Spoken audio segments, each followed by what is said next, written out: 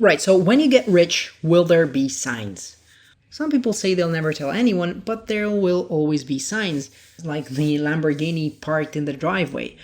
But the reality is that real wealth often looks nothing special at all. Look at Warren Buffett, one of the richest men on earth. He still lives in the same modest house he bought in the 1950s and eats McDonald's for breakfast.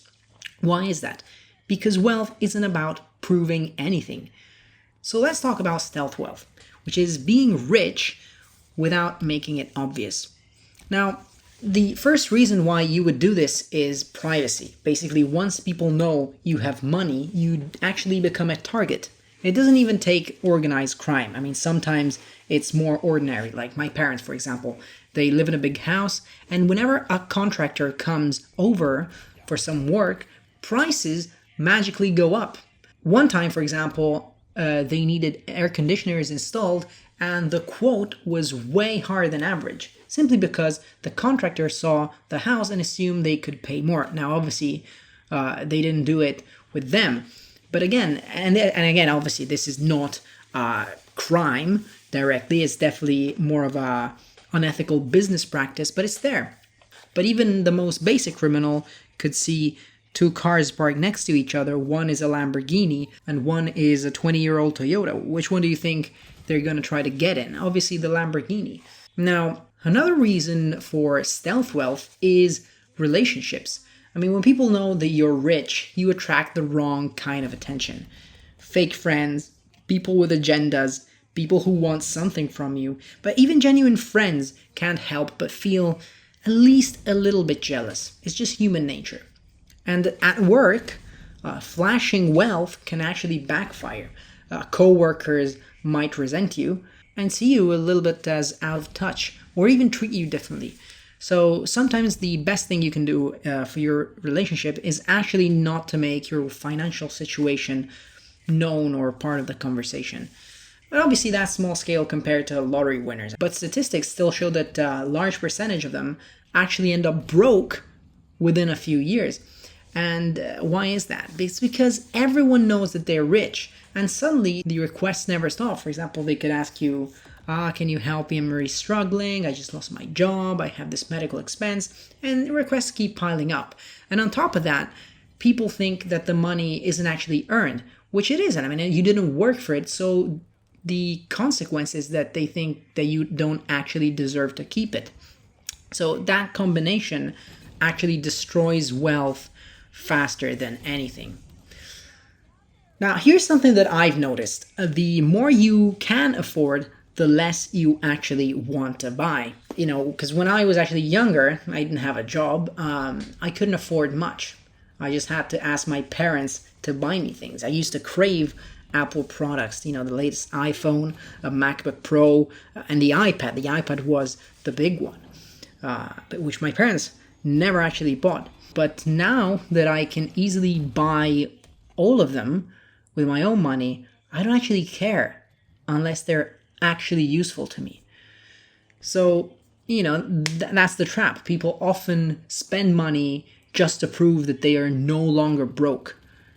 But that's really just a Brokie mindset in disguise. You know, buying things only because you once couldn't afford them is falling for a psychological trick. Even me, I realized that when I wanted things, it's almost like I just wanted them to try to prove something to myself.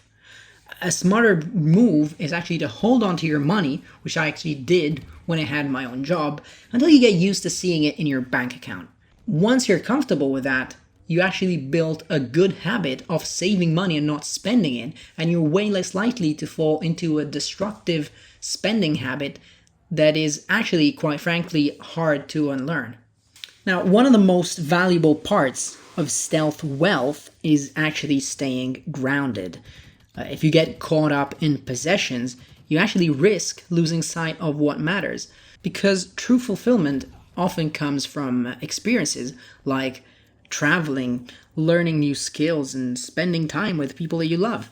And that's actually why so many billionaires live modestly. They don't need to communicate wealth to others. I mean, take Elon Musk living in a Boxable or Warren Buffett living in his old Nebraska house. They know that they can buy, or they could buy, whatever they want, and that's enough. Owning a Ferrari doesn't actually compare to living life on your own terms, doing what you want, when you want, with whoever you want. So, if you actually do get rich, what's worth actually spending on?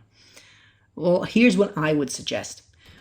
First point is health and longevity. I mean, nothing is more valuable than adding extra quality years to your life. So spend on good food, fitness, medical care, the gym, whatever can add quality to your life. Second point is comfort and convenience.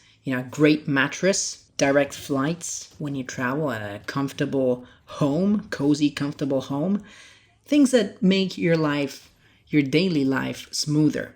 Now, one of the big ones that actually comes to mind right now is a robot vacuum cleaner. That has to be the number one purchase that I made in 2025, and probably for a long time.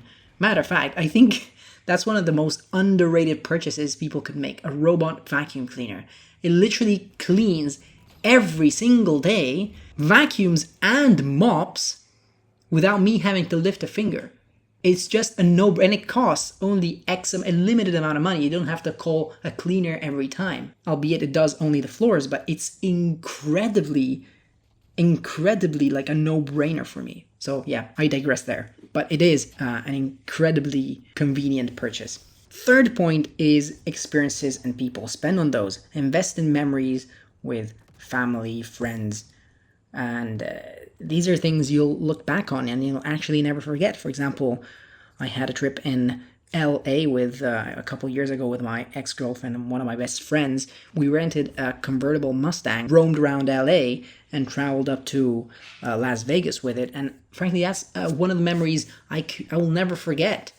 Or for example, when I traveled the Mediterranean Sea and islands with my family this summer, something that I'll never forget. And it only costs what a spec'd out MacBook Air could possibly cost. These things are relatively inexpensive to what stays with you for a lifetime. Because if you think about it, a MacBook Air could only last you X amount of years. Could it be 5, could be 10. But these experiences actually last you decades, if not your whole life. And fourth point I would say is passions, hobbies, interests, and things that give your life meaning. I mean, you can't only work and eat. You have to have purpose in life. And that's where spending money can actually make you truly happier. Not even to mention that your hobby could make you money. I mean, if you're making, for example, YouTube videos, that could potentially one day make you money. But again, some people have hobbies like painting, which is relatively inexpensive, to more expensive hobbies, which give you, though, more. In fact, they could make you more passionate. For example, people that go on boats, they're pretty passionate about it, even though they spend a lot of money. Or people who own airplanes and they go flying as a hobby, they spend an incredible amount of money on that hobby, but they truly love it. So at the end of the day, the real wealth isn't about flexing. It's about freedom. The freedom to say no. The freedom to do whatever you want with your time. The freedom to live quietly without pressure, without expectations, without anyone raising prices just because they saw your house. It's money that you can spend to do whatever you want, whenever you want, with whoever you want.